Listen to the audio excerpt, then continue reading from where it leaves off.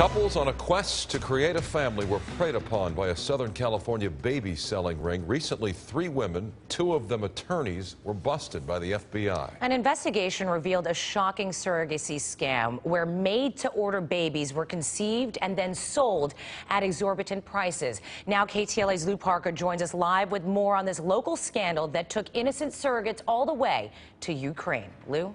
That's right. They were women willing to get pregnant to help infertile couples. But how did their surrogacy dreams turn into a nightmare? Plus, you're about to meet the youngest victim who was saved from being sold as a black market baby.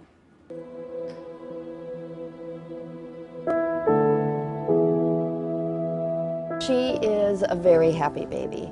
Loving and affectionate and very special. She is the beautiful baby girl that brought joy back into the life of a heartbroken couple who were unable to bear children. I was diagnosed with cervical cancer. Alicia and Scott's dream came true with this precious little bundle of joy. But what you'll never guess is this blonde-haired, blue-eyed cutie was designed to look like this. It was a well-concocted surrogacy scheme that Teresa Erickson, Hillary Nyman, and Carla Chambers got away with for years before being busted by the FBI last summer. They're manufacturing babies like they're manufacturing cars.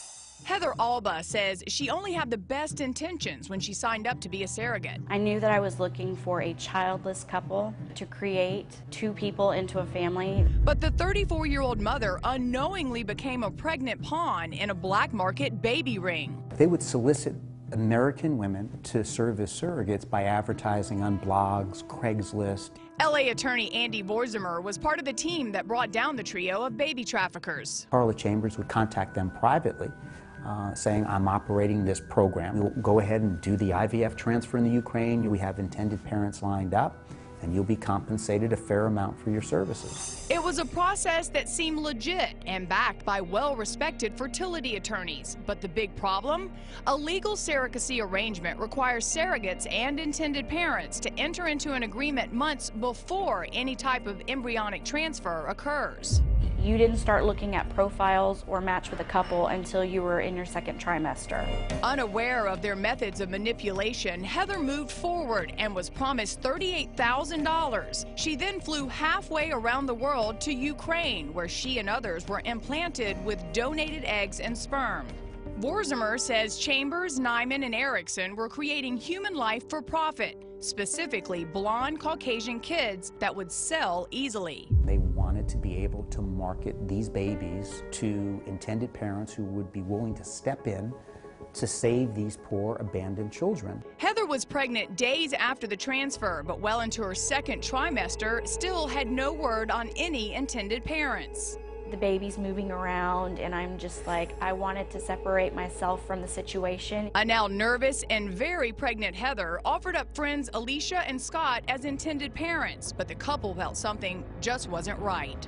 The first phone call with Hillary, where we pointed out we had attorneys. She wanted no part of having another attorney. Then when we asked for the paperwork to start reviewing, it was after you wire $35,000. Upon seeking legal advice, the husband and wife discovered the FBI was already investigating the 3 ringleaders, and eventually the baby ring came crashing down. Heather was forced to carry a baby that was now legally considered hers, and weeks later gave birth. We were in the delivery room. You got to hold her right away. Alicia and Scott adopted her, and today the little girl, produced by a greedy baby-making scam, is now the priceless gift of life. You really feel like she was meant for you?